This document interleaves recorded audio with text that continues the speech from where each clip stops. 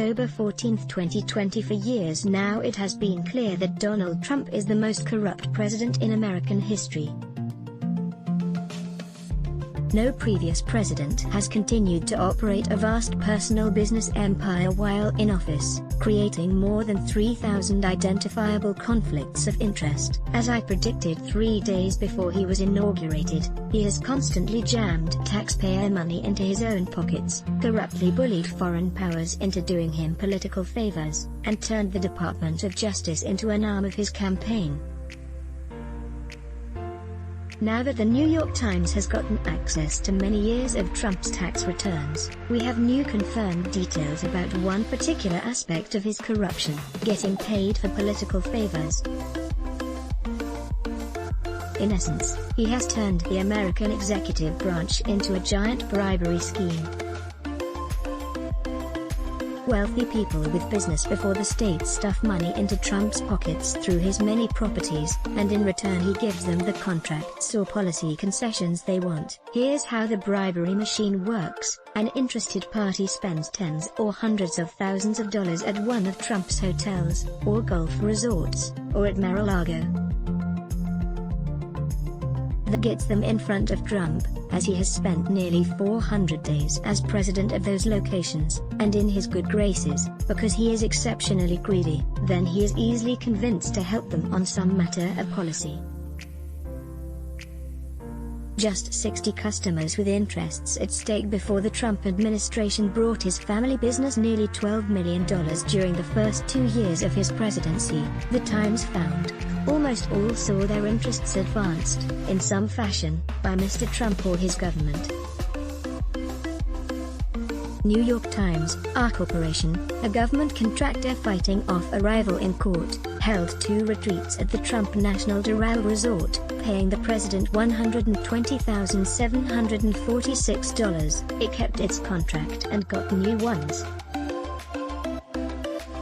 The Geo Group, a private prison contractor, hired Trump's personal lobbyist, paid at least $32,100 to Mar-a-Lago, and saw its government contracting rise from $500 million per year to $900 million. Embry-Riddle Aeronautical University spent $75,000 at the Trump International Hotel in Washington and got a bill passed removing restrictions on land it owns.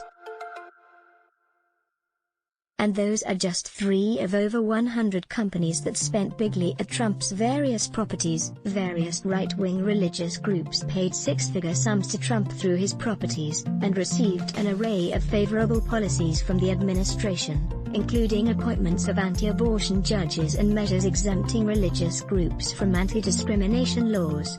He also offered 5 members of his club's ambassadorships. Ironically, Trump is such an inept businessman that it appears he is not even making enough money off all these bribes to make his businesses profitable. The Times' overall coverage of his tax returns show that he experienced a steep decline in income after 2014 or so, in part because his newly toxic political reputation killed off most of his brand deals. Massive loans that he personally secured are due for repayment in the next few years, and Trump may well be bankrupted if he loses his race for re-election. Anyone who isn't a complete dolt could rake in way more than that by leveraging the power of the American presidency. If nothing else, he could just write himself a $100 billion check. Senate Republicans have already made clear they will not remove him from office no matter what he does. But whether Trump is competent at turning the government into a shakedown machine has nothing to do with whether doing so is right or wrong, or violates the law. Instance, 18 U.S. Code Section 201 stipulates that any public official who corruptly demands, seeks, receives, accepts, or agrees to receive or accept anything of value personally, in return for being influenced in the performance of any official act can be punished by up to 15 years in prison. Indeed, we would need to examine all of Trump's tax and business records to have a good idea of the total take here. Should Joe Biden be elected along with a Democratic Congress, one of the first orders of business should be a thorough investigation of the Trump regime's gargantuan corruption, from soliciting bribes, to looting the state, to sending out illegal payments to voters, to accepting unconstitutional payments from foreign governments, to whatever else might be found. Trump's suspiciously gigantic golf course losses, for example, give off a distinct whiff of money laundering. He might be in much better shape money-wise than he appears to be on paper. But whatever we may find, it is now known for a fact that Trump is abusing his power for personal profit, yet again. Like practically everything else he has done in office, it is a grotesque betrayal of the foundational values of a democratic republic. Another 4 years of this man in office will be another 4 years of chintzy schemes to line his own pockets, while he lies about draining the swamp. Let's block ads. Why? Show your love for him. Click the link in description. Thanks for watching.